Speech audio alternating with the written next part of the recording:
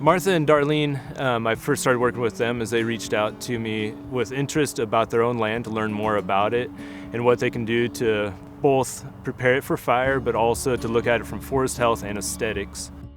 We got here, loved the beauty. You know, we first saw the property, all the different levels down from the floodplain up to the pasture area, up to the ponderosa and the timbered woodland, over here to the aspens. Just fell in love with it. The main goal is just forest health and a beautiful place that we can reside.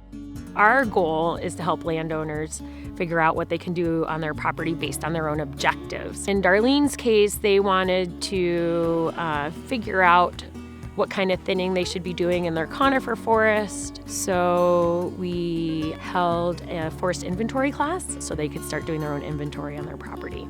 We found we got a density about 500 ponderosas per acre. We didn't even count the juniper. What you should have here naturally, if you went back to the 1930s when fire was coming through here on a more regular basis, I mean, you should have 100 trees per acre, and that's the max. So that does two things. If a fire comes through, that fire is going to burn a lot harder because you've got a tremendous more number of trees and fuel that's going to feed that fire. The second thing is going to be is those 500 trees, you got 500 weak trees versus 100 strong trees because they're all competing for the same water, they're all competing for the same nutrients in the soil, and they're all competing for the same sunlight. Naturally in the stands, especially like where they are at, the fire return interval was 5 to 25 years, and most data shows it was close to 15, almost right on the nose. So every 15 years there would have been fire removing all of that, being able to convey that to them that this is what we need to prioritize is reducing the fuel loading, reducing the competition, and increasing the health of the remaining trees. It's funny, you don't think about it right away, but that cutting trees is a stewardship activity. But in Central Oregon, it absolutely is. We've suppressed fire for so long that thinning some of the juniper and some of the suppressed trees in this conifer stand create more space for the trees that you do want to be able to thrive and grow. I would like to eventually progress to the point where the forests are decent and we can start working on habitat.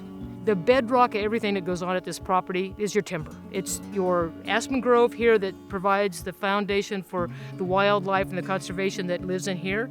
And the same with the ponderosa timber up there. They support their own various ecosystem up there. Right now, if you took a look at the aspen grove, especially in the area that has not rejuvenated, kind of like this, you can see through it.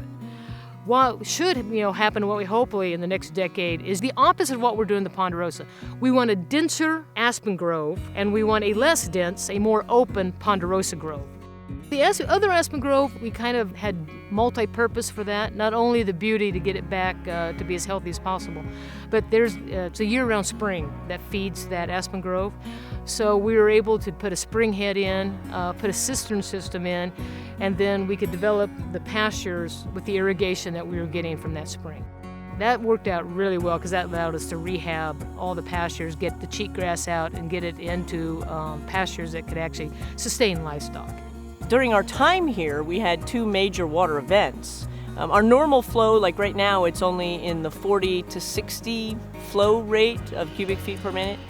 During those major events, it was 900 and 1200. We have some riparian issues and some floodwater issues that we have to account for.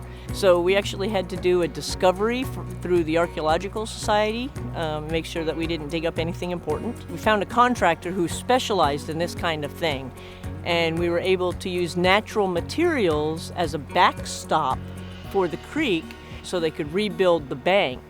What I appreciate about Darlene and Martha's story is how proactive they were in seeking out assistance. A lot of folks who are new to land, this scale of land ownership, might not know that there are so many resources available. If we keep the health of the forests, it's a benefit to us, it's a benefit to the wildlife, and it's a benefit to just everything around it. So that became the impetus for everything we're doing.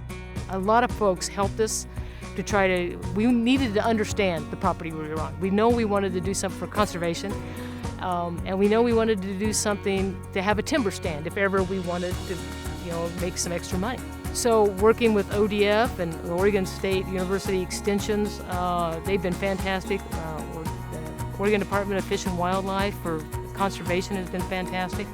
And so now our goal is to just maintain and increase the health of our timber, our aspen grove, and to develop a little bit of our pasture lands. We put in a pond just to make sure that it's here for our personal enjoyment for the long term.